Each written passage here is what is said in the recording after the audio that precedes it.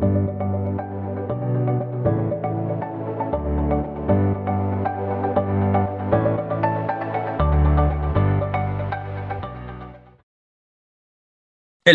good day sa lahat. The meeting will be all about a musician who is also a classmate of ours, BSCSDS second year student. Let us first start by introducing the interviewers or the members of the group. James Michael Medalla, Jaisnel Jimenez, Brian Ros Bocales, Leomar Ibasan, Eugene Albert Navarro, Kyle Casili, Miko Rans Marasigan, at of course, ako, no, Ryan Miguel Paron. Without further ado, interviewee, please introduce yourself, state your name, what kind of art you do, or what kind of an artist are you. If you may, maybe a little additional information, band name, etc. So, so I'm the bassist of the Jess, so James Scott and Baronia. So we are recently formed this October and performed our first gig on the same month, on the October 27th. So we started as a two-man band, but later became a four-man piece. Yeah.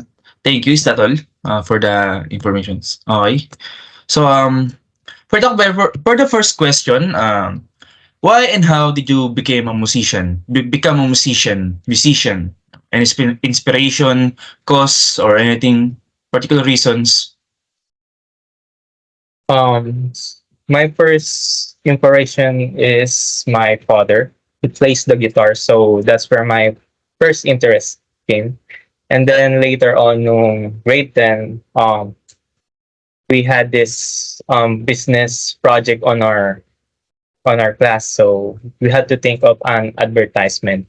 So that's where we formed a band to promote our products. So my friends influenced me to play the bass. So yun, doon ako nag-start ng musician, as a musician sa friends ko and sa father ko muna then sa friends. Yeah.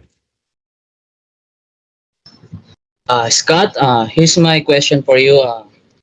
What kind of music do you or your band have, like genres or purposes or etc.? So our band is inspired by the grunge movement in the 90s. So more on like Nirvana and Radiohead, yung main inspiration namin. And then we also play punk rock, yung mostly Green Day siya. And then indie rock, like the Strokes. So yeah. So for the next question, what are your thoughts on artists, specifically musicians, as societal change makers? So I think it's amazing that musicians can shape the world through their songs. No? So for example, yung Nirvana and Kurt Cobain, si Kurt Cobain, yung nag-inspire sa amin.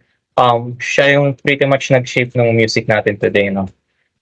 So without them, we will probably be still thinking na kung music, kailangan talented ka. But he changed that. So I think it's amazing na these people bring these changes to the industry as a whole. So yeah. Here's the question for me, Mr. As a musician, in what ways do you think your art or music impacts or influences its culture? I think we influence the people around us more. For example, yung friend ko kanina, yung nag-influence sa akin mag-play ng bass. So that's where I pick up the idea to continue learning bass. So ayun na rin yung ginagawa ng band namin. I think we're setting an impact as a musician na we're performing to have fun and we wish na sana ma-inspire rin yung iba na mag-try na mag-play ng music and perform in front of people. So ayun. So, similarity to the previous question, in what ways do you think your art or music generally affects its listeners? So yung mostly cover songs pa lang kami, yung original songs namin di pa na play in public. But our way of playing puts you in the melancholy mood pretty much. Yung aim namin dun is you are neither sad or happy, just living in the moment. So For the next question is, how do you approach the responsibility of potentially influencing social change through your art? Are there specific themes or messages you intentionally incorporate to contribute to broader cultural conversations? So if ever our band made such an impact, we will be honored and be proud of what we did. So to be honest, our band doesn't really have any specific theme. More on just having fun lang talaga kami. Pero kung may purpose talaga kami, siguro yun yung parang yung na-mention ko kanina, mag-inspire sa people na mag-try and play in music. You know, just have fun lang. Yeah. For the last question, do you have any advice for people who are thinking or planning to take on the path of musician? So, yung advice ko dun sa mga people is, you know, just have fun. Kahit parang paulit-ulit na. Kasi most of the time, madaming na-intimidate na natatakot sila mag-perform in front of people, takot sila magkakamali. Pero sooner or later, you gotta face those fears, man. Kahit hindi siya music related, kahit sa live, kailangan mo talagang face your fears. So, kung gusto mo musician, dapat confident ka, no? Huwag ka matakot magkamali.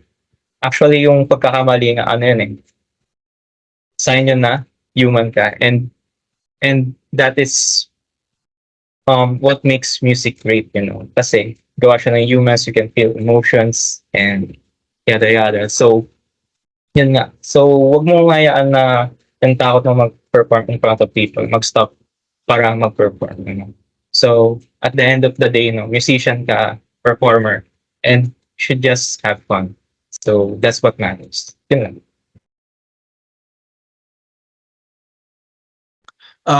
Thank you very much, Scott Baronia, Mr. Scott, no, for your much appreciated words. I would like to thank you for taking the time to meet us today and be a part of this interview or project of ours. With no further items on the agenda, I propose that we conclude the meeting. Thank you, everyone,